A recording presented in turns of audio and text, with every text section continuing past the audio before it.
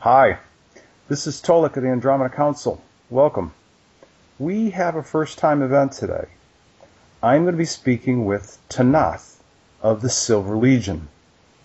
And here's a little bit about them. The Silver Legion is an interdimensional organization committed to the defense of all people who have the right to be sovereign and free. They're an aligned but independent interdimensional peacekeeping force. Members of the Silver Legion come from multiple planets, dimensions, realms, and even universes.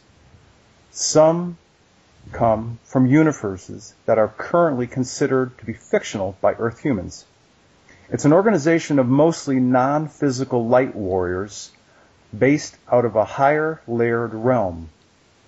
It's dedicated to helping further the cause of freedom across the multiverse and dedicated to defending and protecting others so that they can follow their own paths free of those who would attempt to dominate or control them. Before we go any further, I'm going to read the credits. This is a production of Tolik and the Andromeda Council, copyright 2012, all rights reserved. This material that's going to be discussed is also a copyright-protected intellectual property of the Silver Legion as well. Copyright 2012, and all rights are reserved. So with that being said, Tanaath, how are you? How was your day? It was lovely to see the spring starting to emerge. For those of you who are further south and are wondering when springtime is going to finally arrive, well, it's not yet here where I am, so I'm enjoying the lifting of winter. Oh, good. Good. I understand that your people have been very busy, and since we've decided to talk and compare notes and collectively share with people what we know, since your organization is now getting some good press and greater traction on the web, can you tell me at greater length and our listeners approximately how long the Silver Legion has been in existence, both interdimensionally and then here on Earth? The Silver Legion, as the Silver Legion, has not been in existence very long. However, portions of it have been working together for a very, very long time. At least two other large groups of warriors were amalgamated into the greater unit. Some of their histories span hundreds of years and even thousands of years, and in addition, many small groups of warriors have joined us. And those groups, some of them have worked together for extremely long expanses of time. We formed as the Silver Legion under that name in about 2003-2004. And that's when we started to coalesce and actively recruit, and that's when we started calling ourselves the Silver Legion. Okay. How long, at least in Earth terms, Earth time, Earth years, can you tell me how long some of these light warriors have been doing their work? Some of them have been doing their work for hundreds of thousands, if not millions of years. Others have been working together relatively young, not so much time. Okay. If there's a mean or average age or length of time serving, I would say most of our people are at least 1,000 years old. Right, and in terms of this time frame that we're talking about, you're talking about since that we're discussing people that are higher dimensional beings. We're talking about higher dimensional beings, so yes. The time reference of 1,000 years is a relative Earth term. Yes. Okay. Time works very, very differently in that it's not a thing like it is here. Yeah. We both know that. Sure. Yep. Sure. Well, with these, I guess, disparate but groups that were kind of working alongside of each other but not together, what was the impetus for actually founding an organized group of light warriors like the Silver Legion? In a few words, we were called to it. We became aware that there would be a need for an organized and large group of light workers working together, particularly pertaining to the defense of Earth, but certainly not limited to that.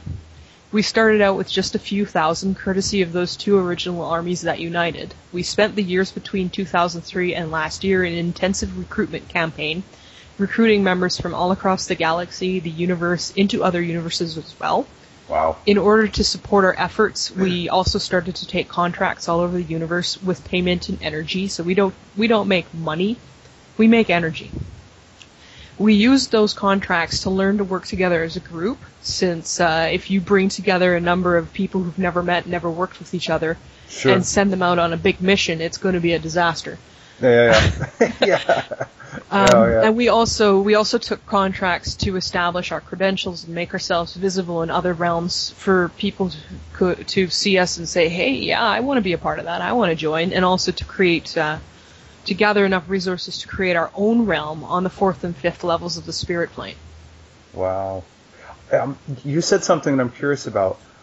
You said that you receive payment in the form of energy. Mm-hmm. Well, I certainly understand that concept. Can you tell me, once you receive payment, other than the fact that you probably store some of it away for future use, how is that energy used? What applications do you use it in? We used it to build our realm. For the most part, we use it to manifest things within our realm, to shape our realm the way we want. In fact, to basically carve it out of the stuff between universes, if you want to call it that. To make it a permanent place. Okay. For instance, our outpost on the 3rd layer, what's known as the astral plane, is impermanent, and if nobody's there, it will dissipate. Wow. However, our realm is permanent. If nobody is there, it will stay there. Of course, we have so many people now that there is never the case when nobody is there. Yeah. But it is maintained. We also use the energy for the development of certain infrastructures and projects. I actually, I will talk more about this later on. Okay. This may or may not be a good time to hop on this subject, but you mentioned the astral, and for those of myself and others who are kind of uninitiated to your specific area of work and expertise, where does the astral fit in terms of, because I know there are a number of layers. There are at least like 4 or 5 layers based on what I've seen. Mm-hmm. Can you tell me about those layers and the nuances of those layers and kind of where the astral fits in? Sure. There's also a description of this on my website.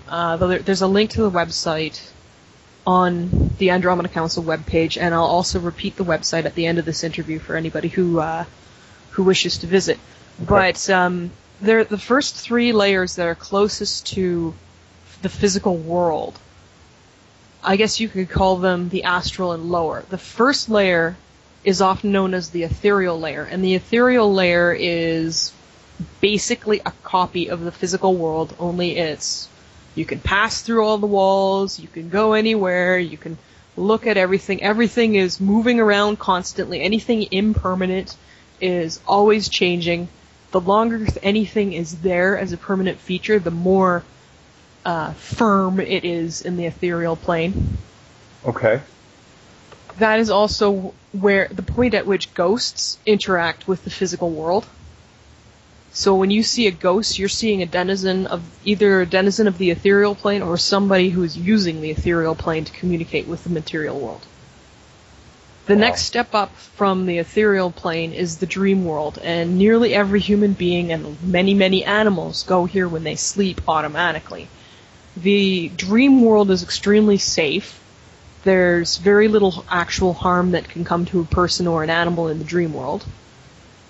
It is, again, it's characterized by being incredibly impermanent and incredibly malleable. There's parts of it that maintain features over a period of time, which anybody who's ever had a recurring dream can probably attest to.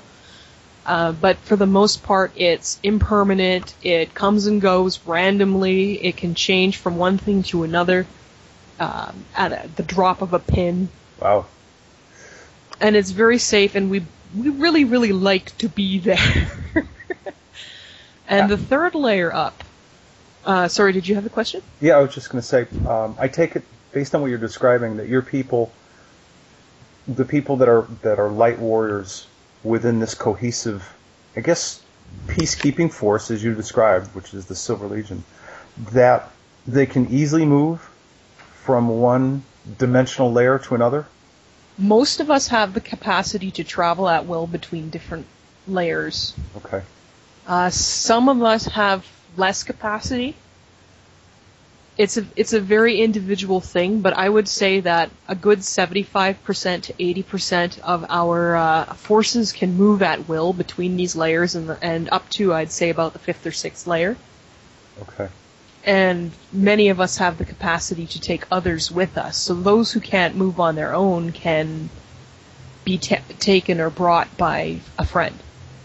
All right. And I know that there are probably a couple of layers left. As long as we're here, can you describe those? Certainly. The 3rd layer is what's commonly known or referred to as the astral plane.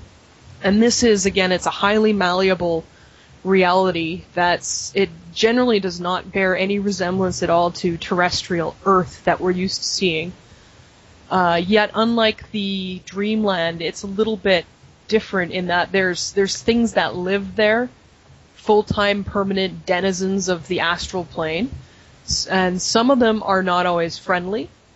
On the astral plane, you can be hurt if you're not careful, if you don't practice defense. So I would caution anyone attempting to astrally project to make sure that you request guidance and guardianship before you go out there, because you don't want to run afoul of something that wants to take advantage of you. Because they do exist, and they like to go after fledglings because we usually don't know enough to fight back when we're young and just starting out. And young's a very relative term. Perhaps inexperienced is the best term. But we all have powerful guardians who watch over us, and if we request their presence, they will be there with you. That's great. After the astral plane, there is a barrier, which is sometimes referred to as the veil. It has been said that the astral plane and the lower planes are relatively recent phenomenon in the history of the Earth. These are maybe a couple thousand years old. And when they came into place, a barrier was placed, and I'm not too sure who or what put it there. I do know that it was an intentional act, and I believe it was put there to help reduce the interference that Earth humans had from outside entities. It is difficult to pass through the barrier for most beings. Again, most of us in the Silver Legion can get through or can be brought through. But it depends partly on why we're going through and who we are and whatnot. Yeah. Once you get past the barrier, you start to get into the spirit realms, the really, really unlimited space. And these areas they're beyond description. Some of them are completely mind-blowing. They bear absolutely no resemblance to the reality you and I are used to seeing in our everyday world. They can be composed of discrete realms. They can be composed of, planes that appear or feel to be infinite. And infinity has different sizes. Some of these infinite planes are small infinities, others are large infinities. And they're layered as well. And they're superimposed upon each other, so multiple realms can exist in the same space and the same time, air quotes by space and time, simultaneously. And some beings can pop between realm at ease and at will. Others will need to make use of what are known as the paths. And the paths are exactly what it sounds like, linkages between realms that go from one place to another, which travelers can use to get, say, for instance, to the Silver Legion realm, or to other realms if they wanted to visit those. Could these be equated to portals or stargates? Yes, they are similar, except some paths are actually experienced as, miniature realms in themselves. So you can walk, look at a boulder, look at a tree, whatever, or, just walk along a groundless, starry field or whatever. They're very, every one of them is quite unique. But yes, they are carved through the chaos, and as such are similar to wormholes and portals. Some are more instant than others. Are they? Do you have some that are transient? Oh yes, they move around. Okay. And so, I take it some are probably fixed, or yes. They don't go anywhere. All right. Do they? Yeah, that's exactly the case. Yeah, and do they have? I don't know. I'm sure what the right word is. Protective devices, portal closures. So if you need to shut something down, you can. Some do, some don't. Paths that naturally occur typically don't have any form of control device. Right, Paths that are installed, on the other hand, typically do. Yeah, that makes sense. Okay. I want to go back and talk about the actual the Silver Legion itself. Sure. Yeah, Tanaath, tell me the story of your founders. There's Morrow, Akara, Itachi, and Kudalish. You've told me about these before, but tell me some details. I'm certainly curious about these entities that said, yeah, we need to do this together. Yes. Morrow, who is also known as Mustache Morrow, was several times a general here on Earth, though I'm not familiar with the names that he wore during those times. I do know that he tended to favor mustaches. Okay. I also know that in all of his lives he was considered a tactical genius for his time. Huh. He's very adept at both tactics and strategy, and he's our key strategist. He was the leader of one of those armies that amalgamated into the Silver Legion, and he's a very enthusiastic member. He's most noted for, as his name suggests, the very distinctive mustache. It's a handlebar mustache. He's a bit gruff at times, and definitely one of the more serious-minded members of the Silver Legion, especially in the leadership, but he's certainly capable of fun. He just likes to pretend he isn't. Yeah. Akara Anala, or Akara, has at least 5 names, all beginning with A. She's a celestial elf-like creature from another universe. Wow. She's amazingly kind-hearted and loving. She organizes the healers along with Ikutalish. Primarily is in charge of what she calls light bending, which can best be described as using light energy to look down timelines and predict or even influence the future. Wow. To describe her, she's not very tall. She's only of average height, about 5 foot. So a little on the short side. But she has extremely long ears that stick out to either side. They're pointed. She is of elf-like descent. Okay, sure. Long blonde hair and blue eyes, and great big fluffy white wings. Personality-wise, she's a very amazingly calm and patient woman. I've never seen her angry or worked up over anything, and considering the line of work we do, drama sometimes comes along, so that's saying something. Everything she does, she considers fully first. She's very, very caring and nurturing, and generally moves to help anyone in need. Itachi, sorry? I was going to say, it sounds like she's a very kind being. Yes, she's very old, too. Yeah. That kind of calmness and kindness often comes with a great deal of age and experience, and yes. Akara's she's no exception to this. Yeah. Itachi comes from another universe, but he is human. He has spent a number of lives born into a group of hereditary warriors in a highly feudal society where warrior communities perform what is essentially contract war operations to the aid of various feudal lords. So he did have a 3-dimensional existence in another universe. He joined up upon dying in his human life, at which point he was given the choice of joining the Silver Legion or having a normal afterlife in his universe. Okay. He gladly joined us, and he's become one of our most important psionicists. This is a talent that emerged after his arrival to us, so the fact that he is so excellent at it was quite surprising to him.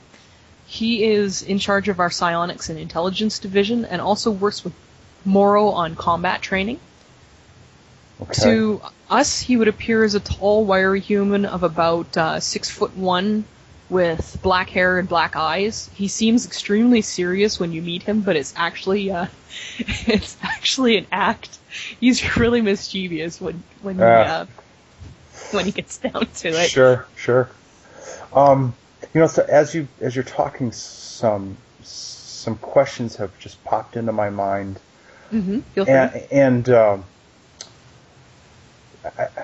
we've been talking about the subject of the Silver Legion, its composition, its people, which is what we're doing right now. And we've talked about the fact that their job is to help keep people sovereign and free. Mm-hmm. So the first question that came to mind within the context of as we've been discussing about this is, who are you defending the people from? And in simple words, who are the bad guys that you're dealing with, and from which realms? I generally refer to them as the negatives in a broad term, but some of these players I think will be familiar to the more awake and aware people of Earth. These include the reptilians and their gray patsies.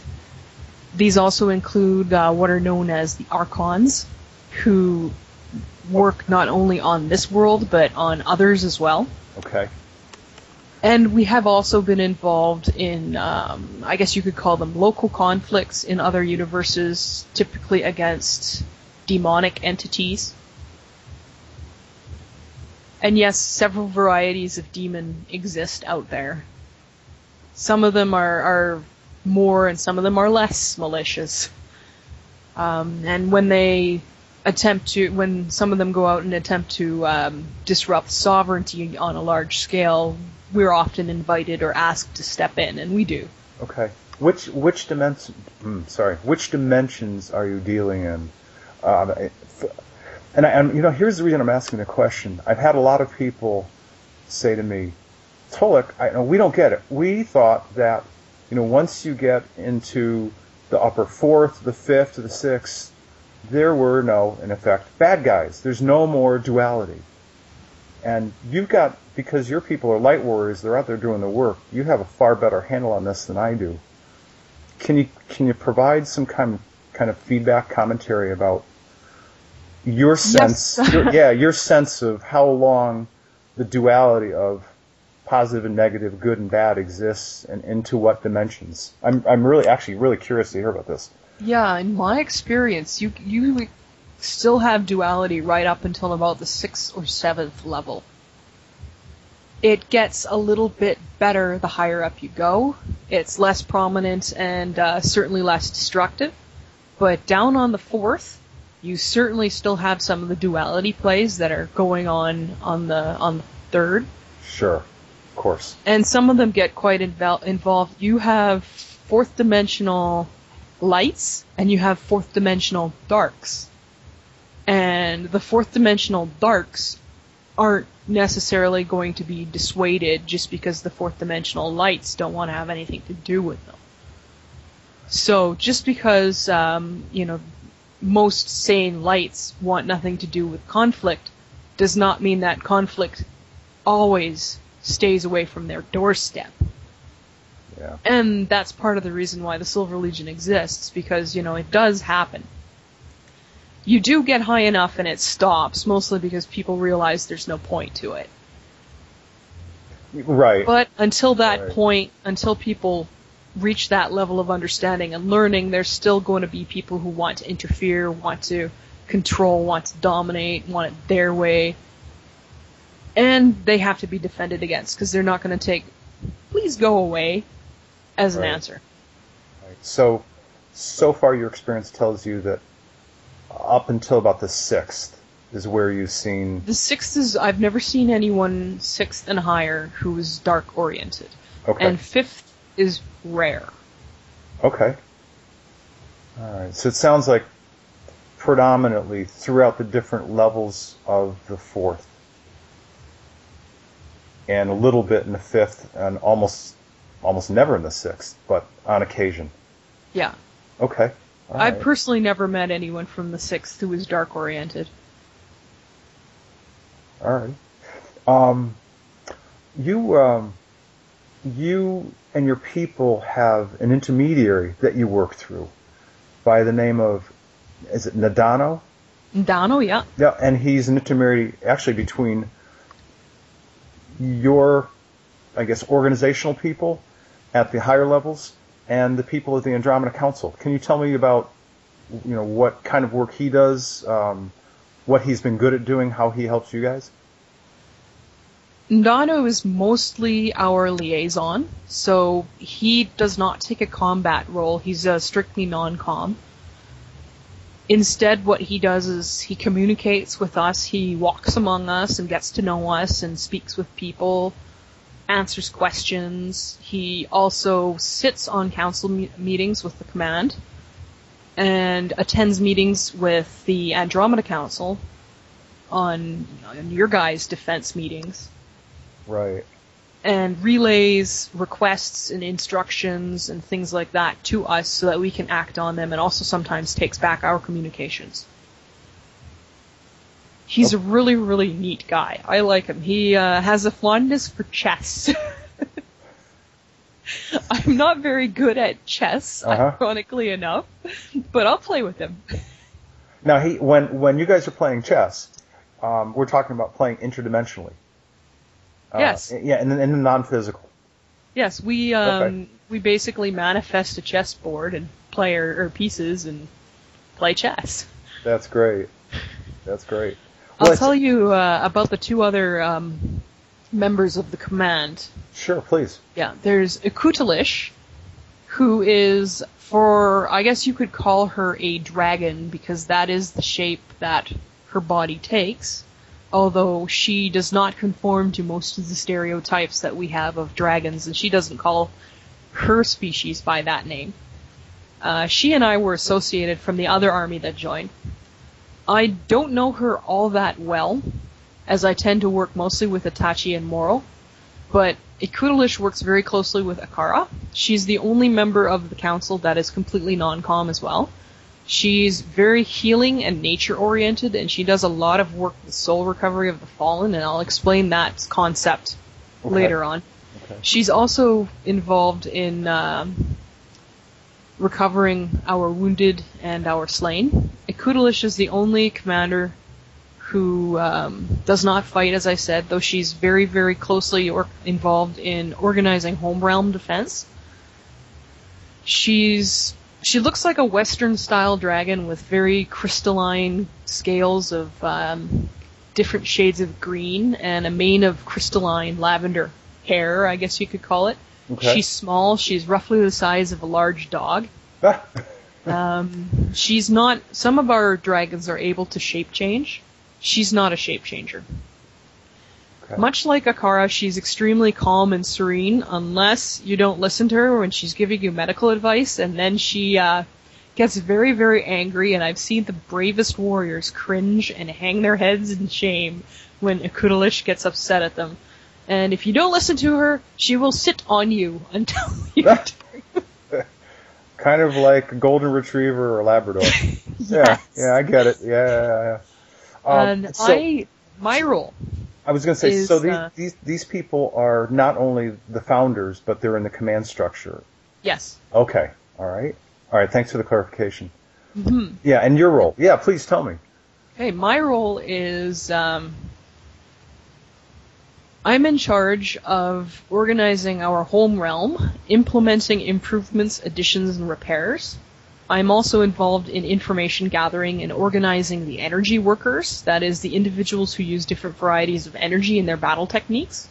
I'm also typically the liaison or diplomat to other cultures, and this is one of the reasons why I work so closely with Nano. It's also because my species are shapeshifters, so we find ourselves easily to take other forms in order to make other beings more comfortable in our presence. Because if we show up in our true forms, it can sometimes be intimidating.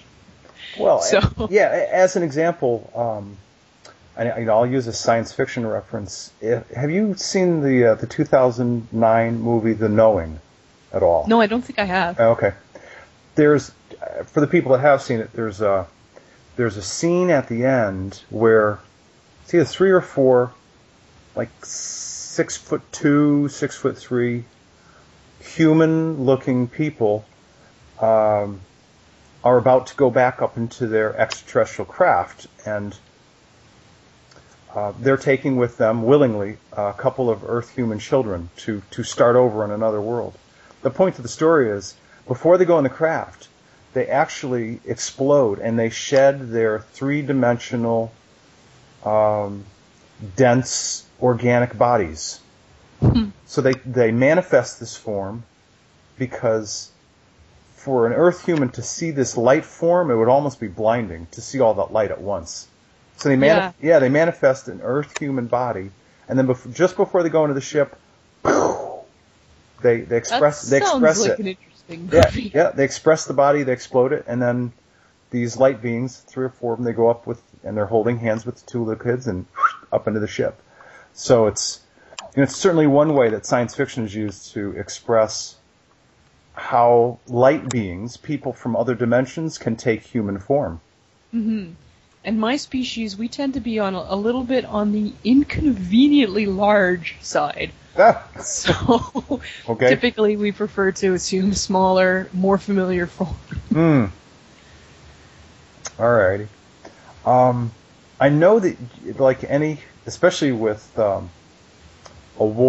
group of warriors, even our own armed forces in the various countries have training. They got to practice their skills. You've mentioned a place called the Arena, where you guys work on your tactical interdimensional warrior skills. What do you guys do there? What do you practice? The Arena. The Arena is one of the most favorite features of our realms. There have been people who have joined the Legion just to get access to the Arena. It's a simulation. We create copies of the people who will be using it, with all of their abilities and natural traits programmed into it, and project their consciousnesses into it. In the Arena, that's potentially infinite space inside if necessary, since it is a simulation. We can have multiple arenas going on at once. Essentially what it does is it offers the opportunity for people to practice their skills without having to run the risk of hurting or killing another person or getting hurt or killed themselves. Yes, okay. So prior to the development of the Arena and the smaller workshops and larger training grounds built on the same concept, training with real skills and weapons involved risk. Now it doesn't, so people are able to experiment with techniques that would otherwise be lethal. And we also have simulators which help us understand potential issues in battles before they arise. Right. And as you might expect, there's an observing room at the Arena, and watching others is a big draw, as is participating. And these being warriors, there is inevitably wagering on the results. Yeah, I'm sure. I'm of course we're talking about a place that's been manifested in a higher dimension. Now, I know that even here on Earth these days, there are some pretty amazing developments going on regarding 3D holographic imaging. Now, it's not solid matter, but if you sit there and look at it, you'd think it is, because it's in real-time space right in front of you. So, are we talking about some kind of very similar, yes. Holographic construct? It's not real, right, but it feels real enough to the people who are doing it, and that's where the advantage lies. Because it is... So they're going to take hits.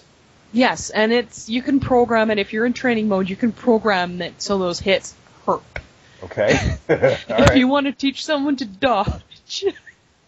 Gotcha. That's a good way to do it, and actually dodge is one of the things that I'm working on, because I'm not good at dodge, and let me tell you, when you scale up the pain, it gives you really good motivation. Yeah, I'm learn. Sure. Yeah. But, and you can also turn off pain, so if people just want to go in and blow all their power around and see what the results are, they can do that. Okay.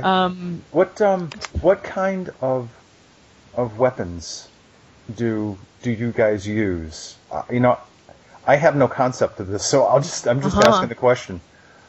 Okay, well, I'll tell you a little bit about our 5 core types, and we run the gamut. There's those who prefer battle in ranks, but for the most part, we tend to work in units that are smaller, typically from about 3 to 100. So our force is pretty large. We're over 10,000 now and still growing. And we've got warriors from literally all over the universe, so there's a huge variety in strengths and capabilities. Wow. But we have 5 types, and I'll break them down for you. And there's some people who can do it all. There's some people who can do more than one thing, but I'll give you a general breakdown. The first type, and probably the most critical to our success, are the healers. An army is really only as good as its hospital. We do get hurt, sometimes killed, and that means that we need to have healers on hand. Not too many warriors are healers as well, but we make very good use of those who are. Most of the healers at the medical quarters are dedicated healers and work very hard to keep us all on our feet and ready to go. Healthcare is naturally free. The energy we earn by doing our work helps ensure that. And this is energetic healing, because there is nobody who's physical in that realm.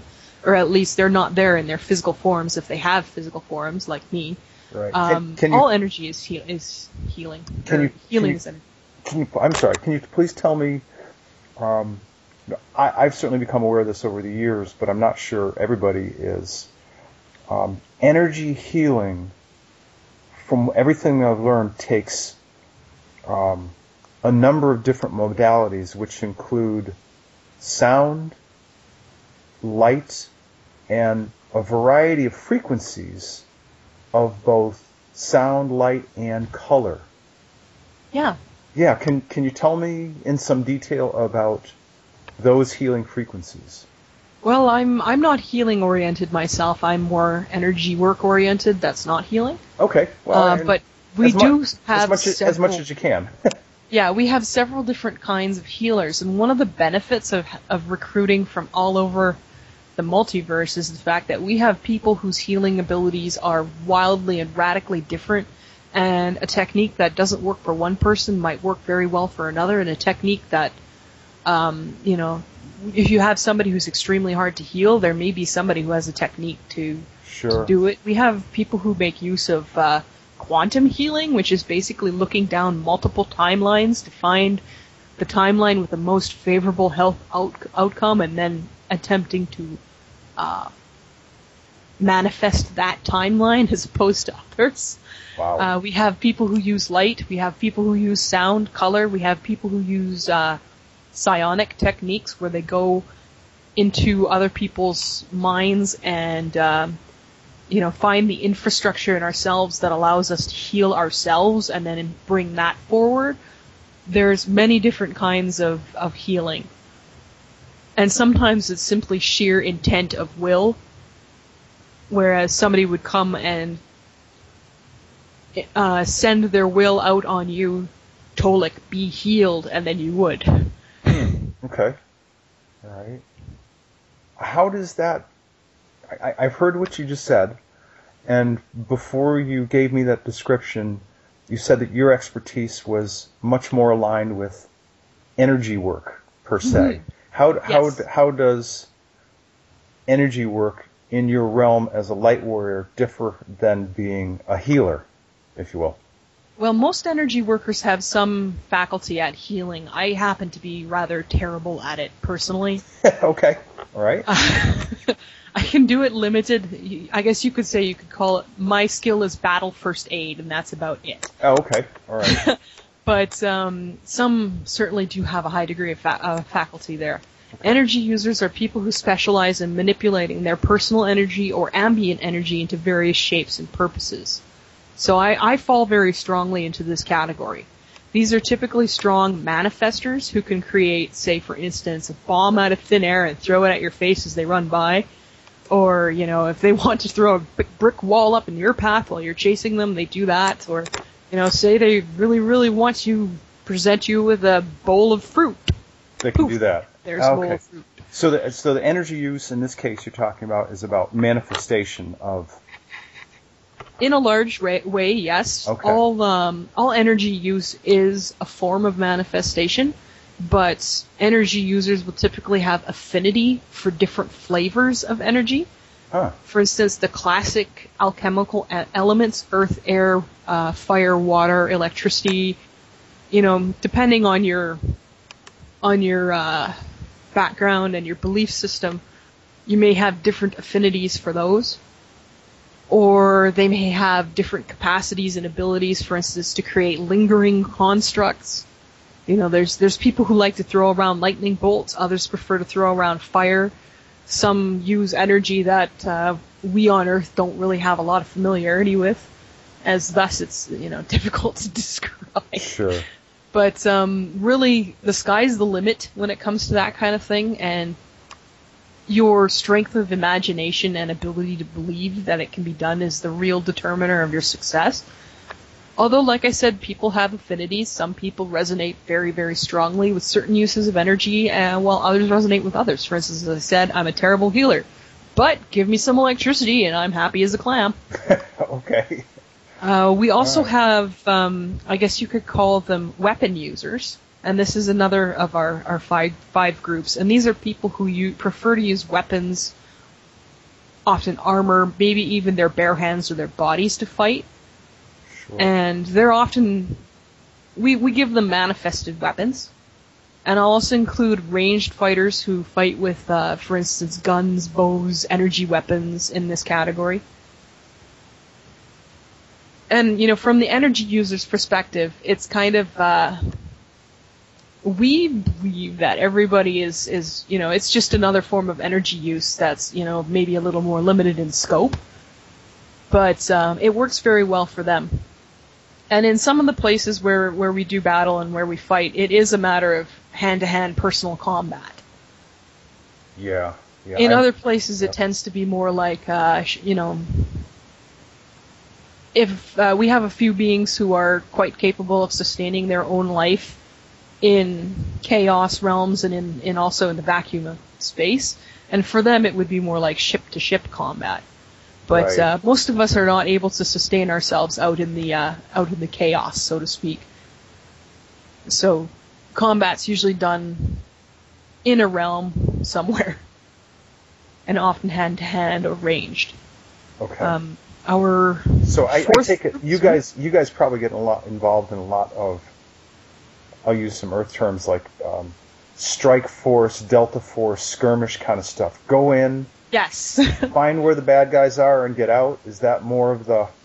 We do a lot of that. We have, like I said, Morrow is our field tactics expert, so, you know, we do have the capacity for field battles, depending on what the field may be. Mm.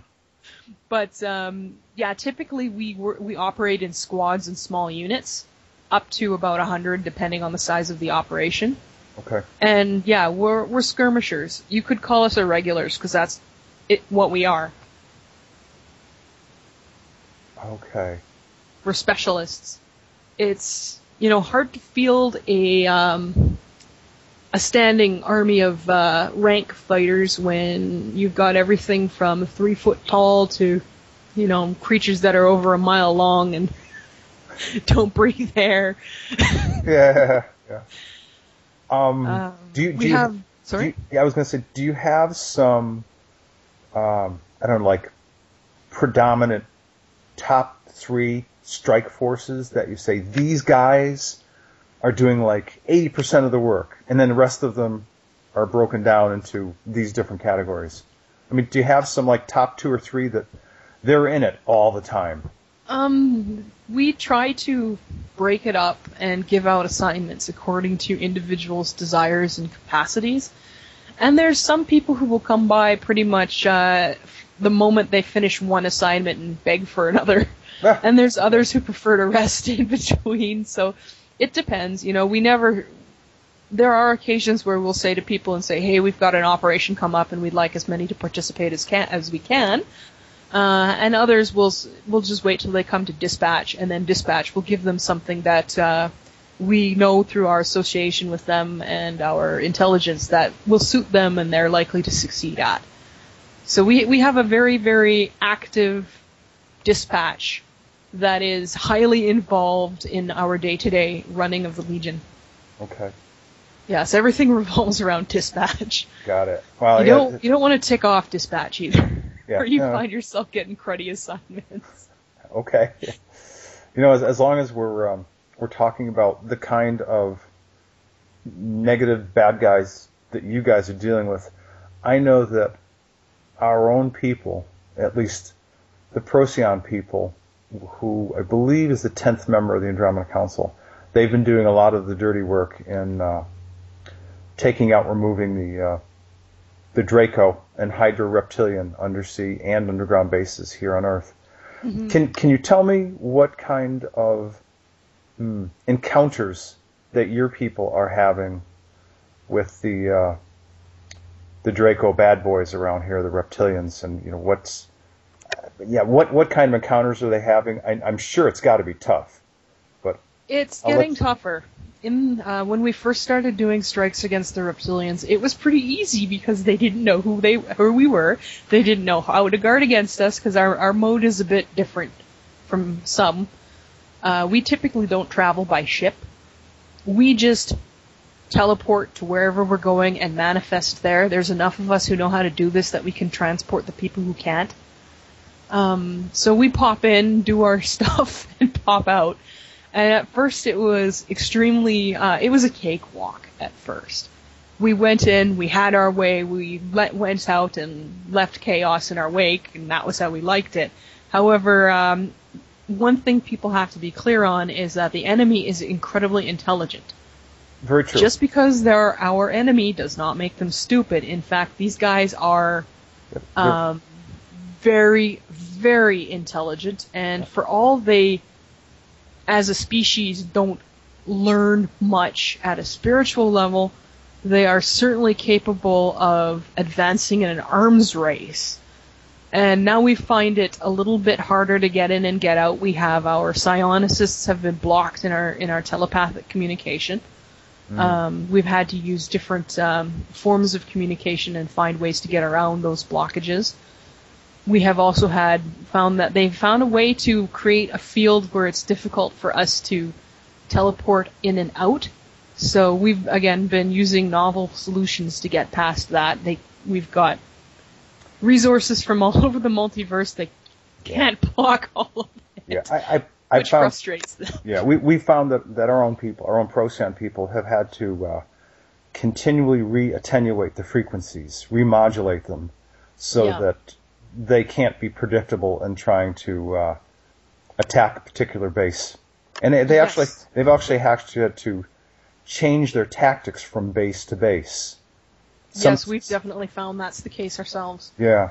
Sometimes they basically come in guns blazing and just smack a base with lots of different frequency sonar beam weapons.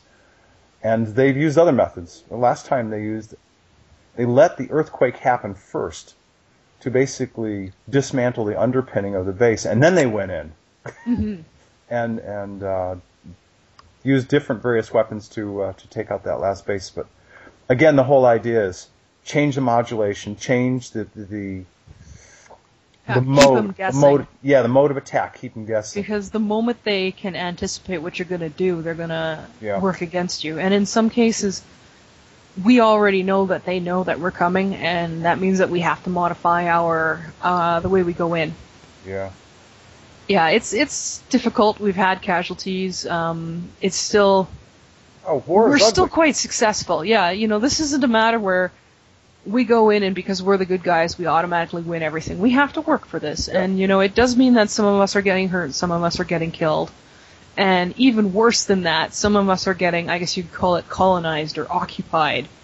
Because one of the favorite tactics of the reptilians is to implant people with non-physical parasites that then attempt to control you. Yes. Or cause trouble, and this is something that we've struggled with quite a bit.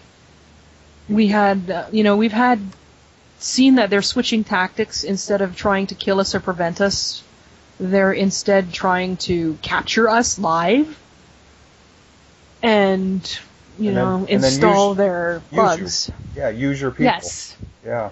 Yeah, and it's extremely unpleasant, and some of our operatives have chosen suicide rather than be exposed to that, as awful as it sounds. But this is how bad that can be.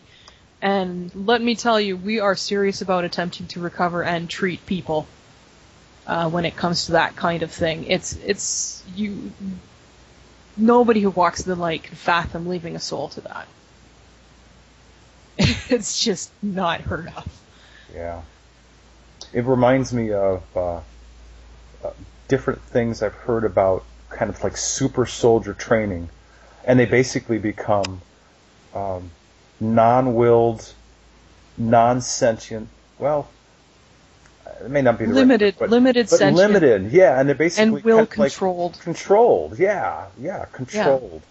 Very. That's very what they would like to do to every single human being on this planet. So keep that in mind. You know, if you question our tactics sometimes, this is what we're up against. Oh yeah, I mean, yeah.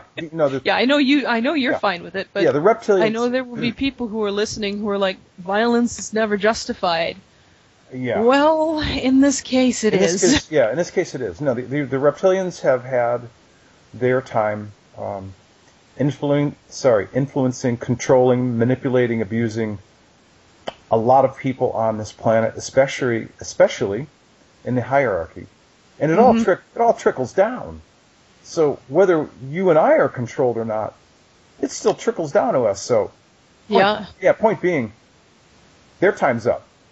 It is, and they have been warned through several avenues that over and over. Yeah, over and over again, and now if they're starting to see why they were warned.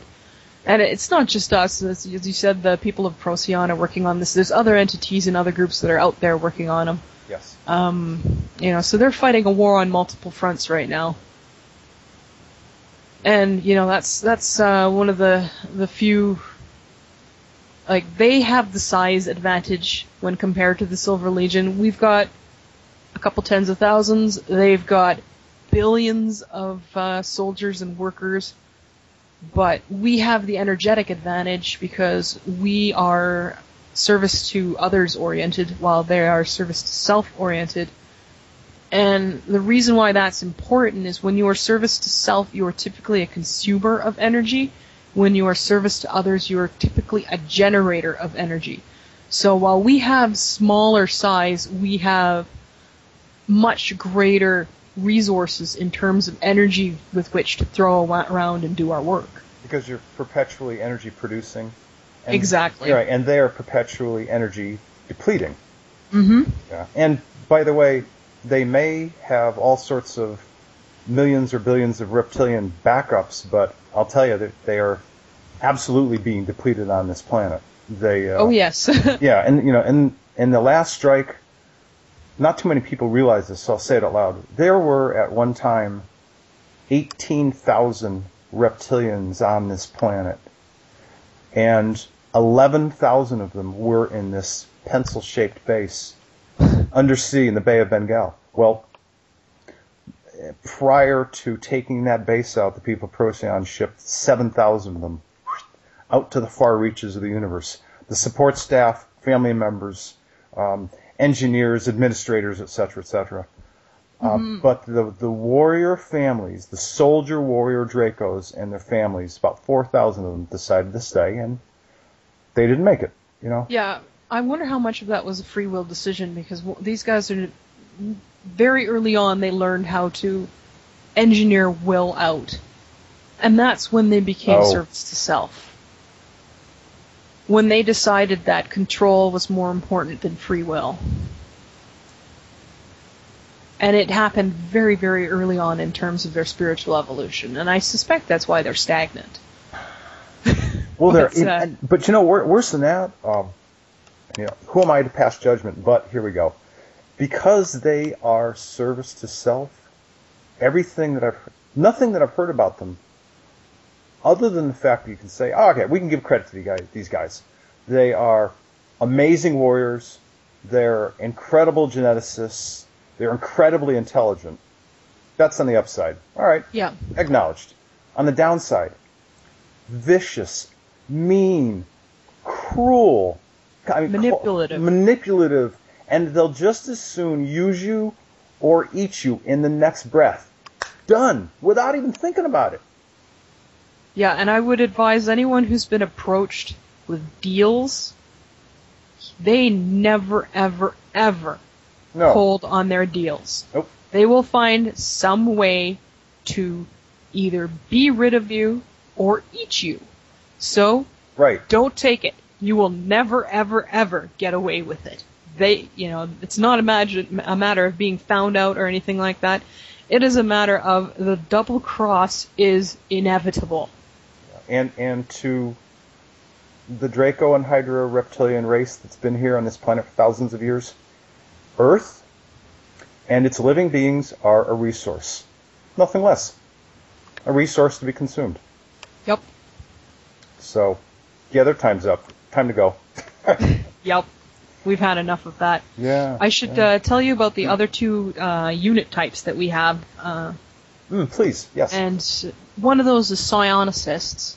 And these are warriors who use the mental arts, and this includes telepathy, intuition, illusions that affect the mind, and this is different from holographic illusions, in that if a psionicist gives an illusion to the forest and there's nobody there to see it, the illusion doesn't exist, whereas a hologram given to a forest will still be there.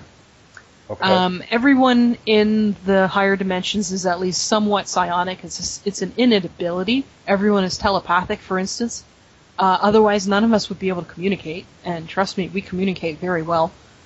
What differs with psionicists, with dedicated psionicists, is the extent to which they can affect others and the environment around themselves with it. The enemy has a very high degree of advancement in this area.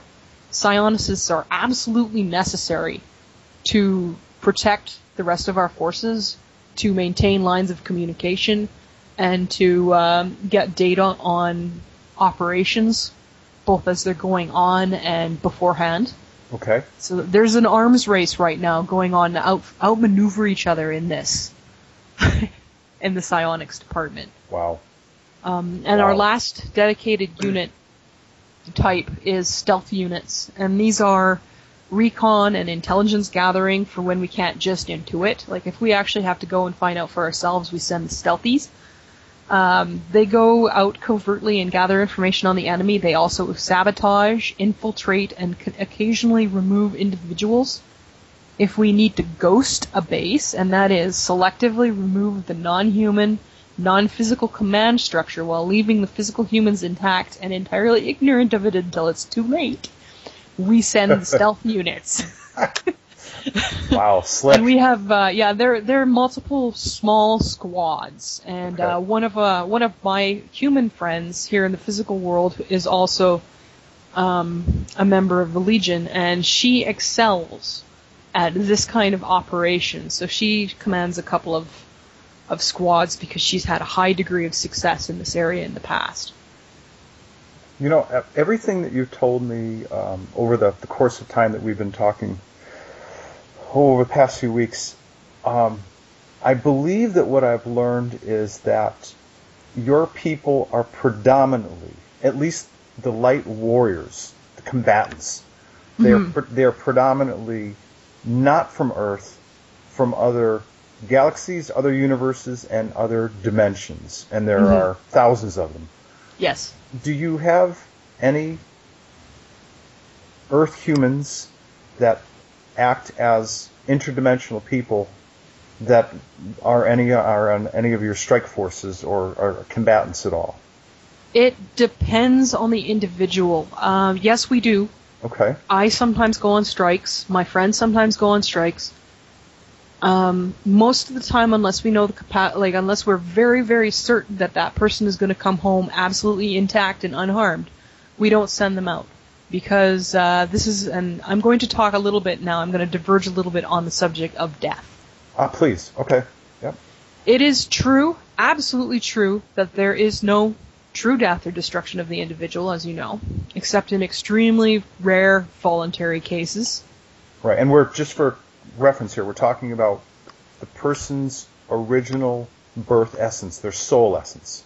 Yes, the dissolution of that and the cessation of ego and identity in all forms. Okay. All right. That happens extremely rarely, and typically when it happens by choice. Actually, I would say it almost always happens by choice. Right. Is typically, I've heard it's very, very rare. Yeah, like we're talking a percent of a percent of a percent of a percent, as in most people don't even need to think about this because it's never ever going to be an issue into infinity. Okay. For civilians of the fourth dimension and higher, death is not something that ever really becomes a factor. Even getting injured and killed never becomes a factor. It's just ascension that you need to think about, and that's definitely not death. That's more like leveling up, right. Graduating. Right. However, for us, since we do fight, we do get hurt, and sometimes we get killed, it's not the greater death. I will clarify what happens. A person can take so much damage or disruption that it disrupts the current expression of their consciousness and they return to source. And that is, you can call it God, you can call it creator, you can call it source, you can call it whatever you want. This is what we all came from. Right. And to which we eventually all return. Right. They go to source and they rest and they heal for a while. They will be back, though often they choose to come back with slight differences, perhaps a different species, maybe a different, slightly different expression of themselves. During that time of the rest of us who are still alive can't interact directly with them, and they can't interact directly with us. There is one exception. Very skilled healers can recover those individuals and bring them back as they were. When I talk about Ekutalish being an expert in recovery, this is what I'm talking about. She's extremely skilled about going and finding those who have passed and bringing them back. During that process, it's an extremely expensive procedure in terms of energy.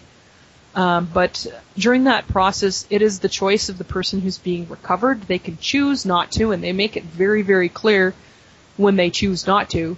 And Ekutalish will come back to us and say, no, they have opted to spend some time resting. But after we bring them back, that person is generally quite weak and needs to recover for a long time. They need to rest and refresh themselves and regain their strength. But once they recover fully, they're generally just as strong as they ever were, if not more. So is it, and I'm going to try to use an Earth metaphor, which may or may not be accurate, so I'll let you correct me if I'm wrong. Is it the kind of thing where, let's say that, as a comparison, you have this being, this higher dimensional being, whose day-to-day form is energetic. It's of the spirit essence form, goes into battle, and instead of being, this is the wrong word, but instead of being a solid form, they become Swiss cheese. They get so damaged that their energy, their essence is just kind of shot full of holes, and it's in tatters. It's in tatters. It's a mess. And so energetically, they need to be healed. That's what we're talking about? Okay. Yes, and those of us, it's a highly subjective thing. For instance, those of us who are very used to living in a 3D existence might perceive it as having an arm chopped off and having to regrow it. But yes, it is essentially the matrix that makes up our identity is in tatters and has to be repaired. Okay. Right, and light, sound, color, variations of. Yeah, those things restore it. Yeah. And they restore it largely with the will of the person who's being healed. We can also suffer mental trauma as well, and these enemies of ours are very, very adept at inducing that kind of thing. Yes. So we have healers that specialize in mind healing the consciousness of a person. Yes. Yes. And those are extremely important in this fight. Now, when it comes to recovery, because the enemy, I should tell you, when the enemy is disrupted and when we kill them, they go back to the source to rest. Everything comes from the source. Now, I personally believe, and this is a theory based on some of the things that I've observed over many aeons that I've been doing this, but eventually a dark individual gets sent back enough that they finally learn a lesson. And they get tired of it, and they seek to escape the dark. We have a few members of dark-oriented species who are now light-oriented, What they have to say corroborates that idea, but since you have to basically go back to source to experience it, we don't really know for sure. Yes, we do have in among our forces those who would be considered to be demons. We have at least one reptilian who is now light-oriented, and trust me when I say we know for a fact these people are light-oriented. Okay. There is absolutely no doubt there. They're not fooling us. And they're extremely, extremely rare, but it's starting to happen, and that's one of the really amazing things that's going on. One advantage we have over the enemy is that the Silver Legion can and will recover. So even though we are orders of magnitude smaller, we're made up of exceptional individuals, and we make an effort to keep them alive and healthy and working at peak effectiveness. The enemy doesn't recover. To them, they see it's a waste of precious energy. Energy is a scarce resource for them. For us, it isn't. We experience abundance. Right. So, this is just one of the things that we give to our people is the promise that if they are hurt, we will heal them. If they are killed, we will bring them back. The enemy can't do that. And now I'm going to go back to the original question, which is whether or not we involve Earth-embodied humans and their spirit selves in operations. The answer is yes, we do. Okay. If we are absolutely certain that that person will not come to harm. Because we don't know what will happen if one of you is killed and we recover you. We're pretty confident we can bring you back. In fact, we're 99.9% repeating certain we can bring you back. But what happens to your physical body? Because the disruption of your soul will disrupt your connection with your body, and you're here for a reason. So we absolutely do not want to interfere with any other missions you may be on here, because most of us are on missions. So we play it safe, and we don't put people into the line of fire unless we're absolutely certain that they're going to walk out of it alive and relatively unscathed.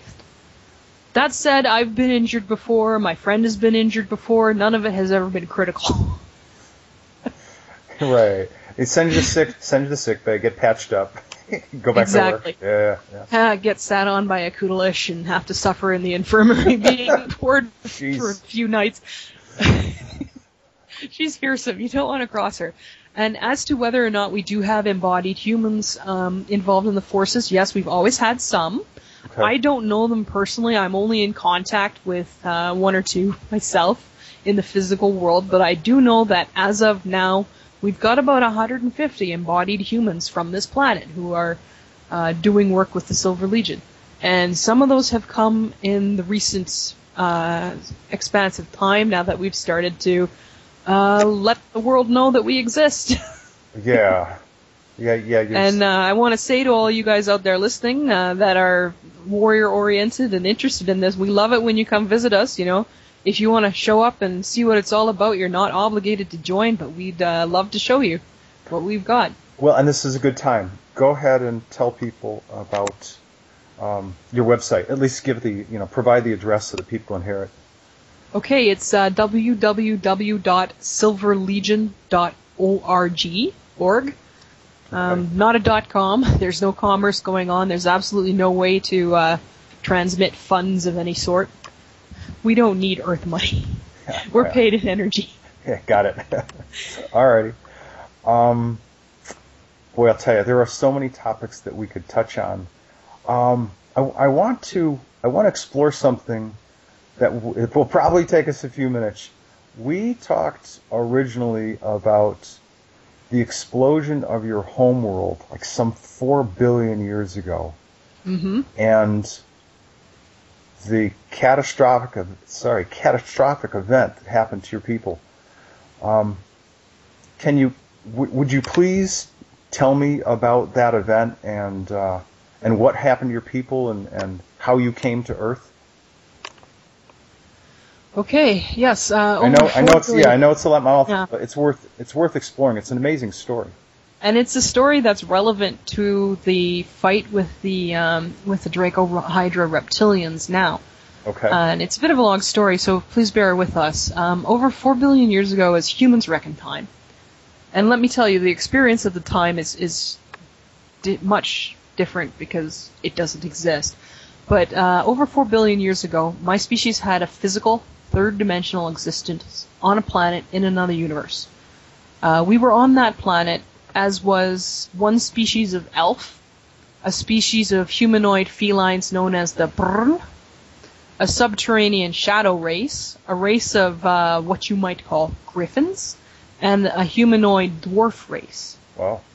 There were a few others, but those were the most, the largest populations of sentients.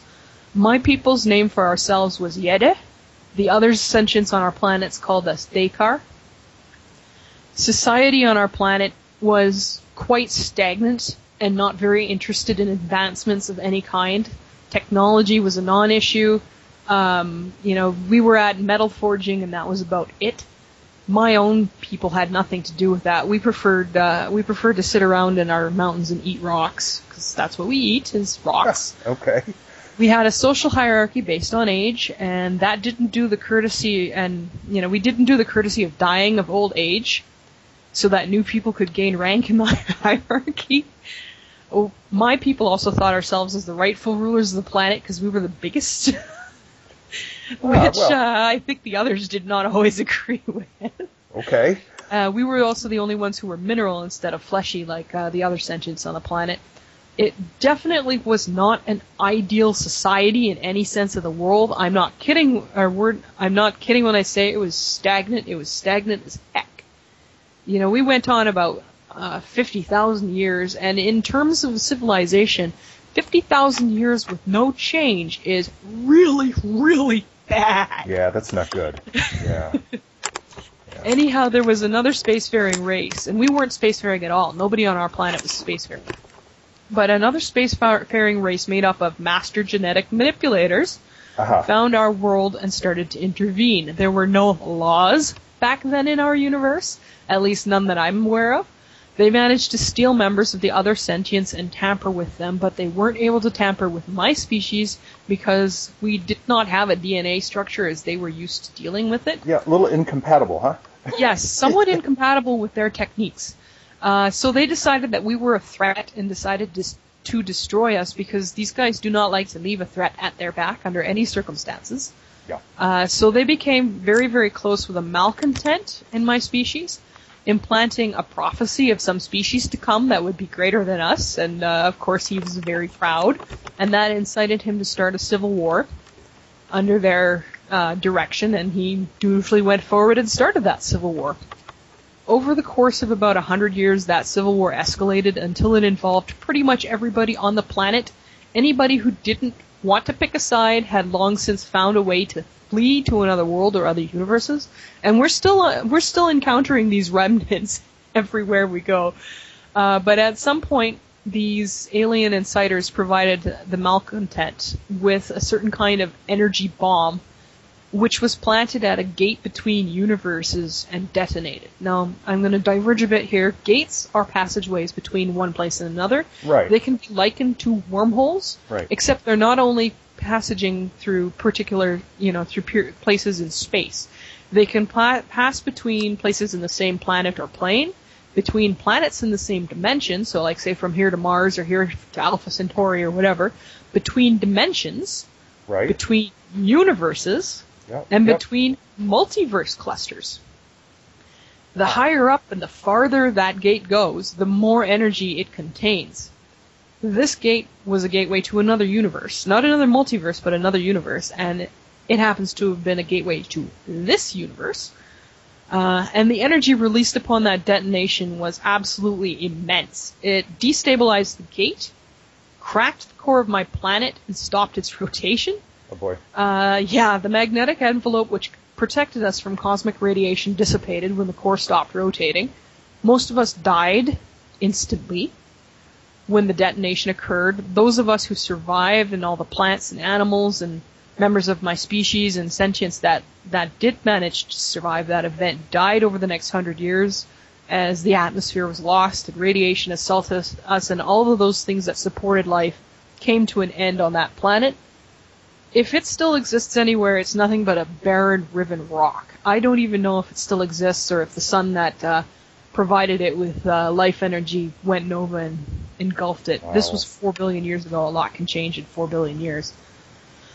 A strange thing happened when we all died. We suddenly found ourselves in a spiritual realm that none of us ever knew existed. Unlike humans, we had no connection prior to this event with the spirit realm. We knew the dead went somewhere, but we didn't know where it was, and we didn't give it much thought. Well, so all of a sudden we found ourselves face to face with our dead. Surprise! Yep, with each other, with the aliens who had engineered the disaster, and because they had inadvertently ended up in this higher realm. We had ascended in one moment the whole planet, except for the poor actual planet didn't get to go, but all the sentient life on that planet ascended in that moment. And let me tell you that's not usually how it happened, and it's definitely not what's planned for Earth, but that is what happened to us. Wow. And we would have never, ever, we can say what we want about the negatives, but we would have never have ascended if they hadn't interfered. You make a good point. All right. That doesn't excuse them, and it doesn't give them license to go around doing what they do, but they did do us a good favor, even if it was traumatic and awful and resulted in the destruction of our planet. Yeah. We also found ourselves in another universe, in this one, cut off from our original universe, and we knew no way back. The aliens that arrived with us took their ships and fled because they were still using ships. The rest of us, Yede, Brn, Elinari, that's the name of the elves. I'm going to do my best to pronounce this. This is Griffin, and I don't have the proper mouthpieces. Yeah! That's the name of the race? Yes, that's what they call themselves. You just killed my eardrums. Sorry.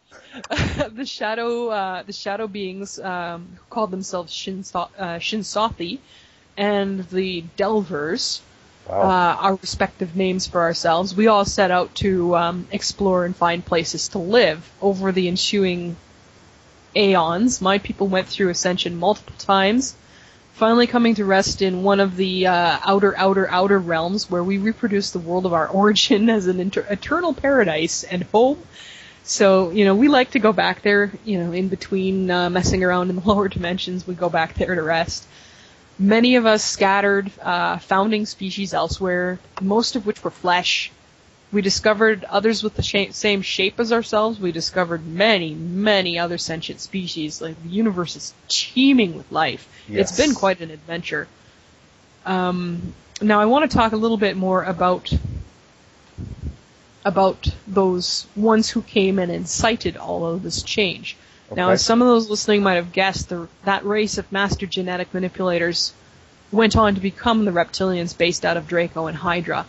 It's no accident that they look like reptiles and dragons. They stole that form from others. Please don't ever call them dragons. That pisses off true dragons. They're just thieves. And at the same time, if you ever have fortune, or depending on your approach, the misfortune to meet a true dragon, don't call them a reptilian. They get quite upset. Okay.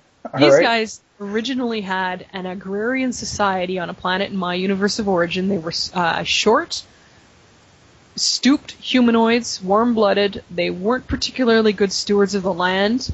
Wow. Instead, they preferred to use resources until there were none left and move on to the next area and repeat. Now, that definitely sounds Draco and Hydra reptilian. Yeah, absolutely. Yep. Yeah. And in fact, one of the reasons why they were so short and sickly was because of the rampant pollution and, the bad stuff they had done to their home planet.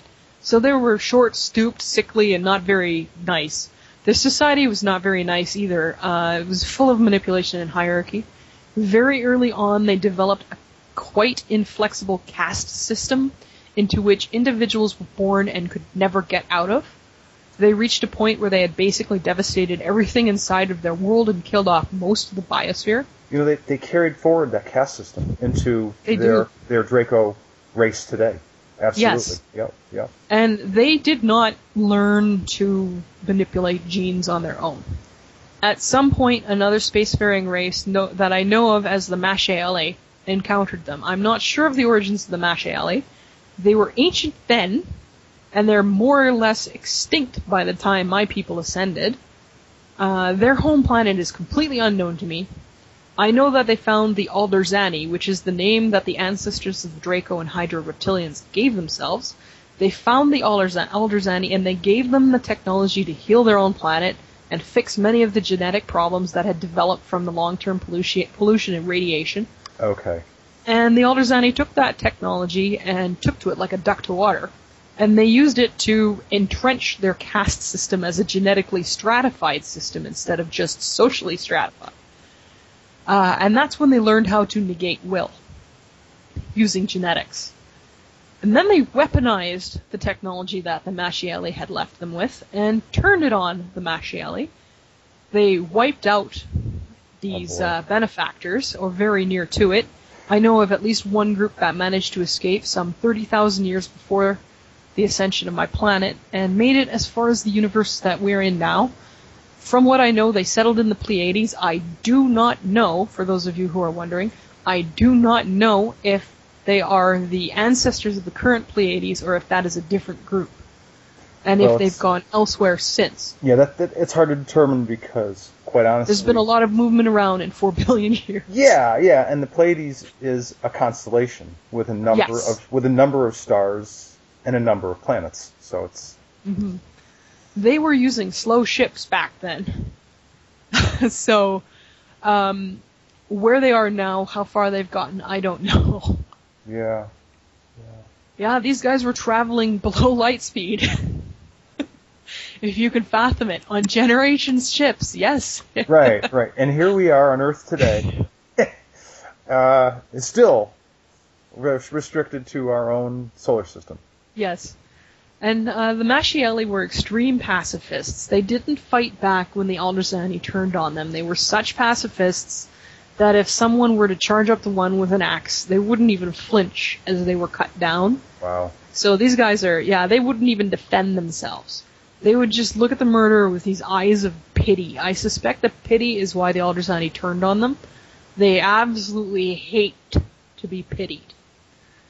I also know that they had the ability to look down the time stream to some extent. I believe they intentionally gave the Alderzani what they did, even though they knew it would cost them their own existence. Possibly for this inciting effect that the Alderzani have had on just about every race they've come into contact with since. Though the Alderzani themselves have not undergone all that much spiritual evolution in their 4 billion odd years of existence, they have turned into a catalyzing factor in a great many ascensions. While they're very, very dark and likely to stay that way, they are responsible for a great deal of change, even if it isn't their intention or their wish. They serve a purpose in this universe. They're a creation of Source just as much as we are. I suspect the Mashiali took one for the team, so to speak. Sure. I'm not sure, though, that they could have seen how far-reaching the consequences of that action would be, or how negative these negatives can truly get. I'm not too sure that the Mashiali could conceptualize that kind of negativity. My species has a special thing for the Draco and Hydra reptilians. They've discovered ways to make us suffer and use us as long-lasting batteries of negative energy through that torture. However, they also fear us, because they know they can't keep us subjugated forever. And I'm not talking about us as a species, but us as individuals. What they like to do is capture our young, our children, and indoctrinate them and torture them and keep them tied like the elephant with the string. Sure. And convince them that they can't escape. Sooner or later, then, our young typically grow up and escape, and they're intensely traumatized. They can't do much to the old ones, the adults, because we're too strong to be trapped. And we fight back. And we fight back quite effectively. Yeah. But, oh boy, do they ever drool over the thought of catching our babies. Well, fortunately, your light warrior force called the Silver Legion is busy, at hand, working very hard. And I might add, in collaboration with the people from Procyon to get them off of this planet. Like I said before, the Draco and Hydra reptilians have had their time on this planet thousands of years, and it's coming up and coming due. And we are going to talk some more about more of your races the next time we get together. And I think we'll get to that. We'll get to that in another interview if you'd like. Listeners. Yeah, Long if you'd like to do it a second time. Sure. Okay. Alrighty. I'd like to tell the listeners that you can find the link for this interview between the two of us on both the Andromeda Council website as well as the Silver Legion website. And I want to thank you very much for your time and for listening. And at least from me, from Tolek till next time, Tanaath, any final comment or any thoughts before we head off? Well, those of you who have managed to project yourselves out of body and come to visit us, we are very, very grateful that you came and saw us. Some of you have joined us. Thank you very much for that. It's been amazing to start working with humans. After all, we're here to benefit you, and for too long we've been working in other realms. So it's time. Yeah. Things are getting busy. Well, thanks for the help, and thanks for contributing so much to this conversation. I appreciate it. This is Tolek with the Andromeda Council. Thanks for listening.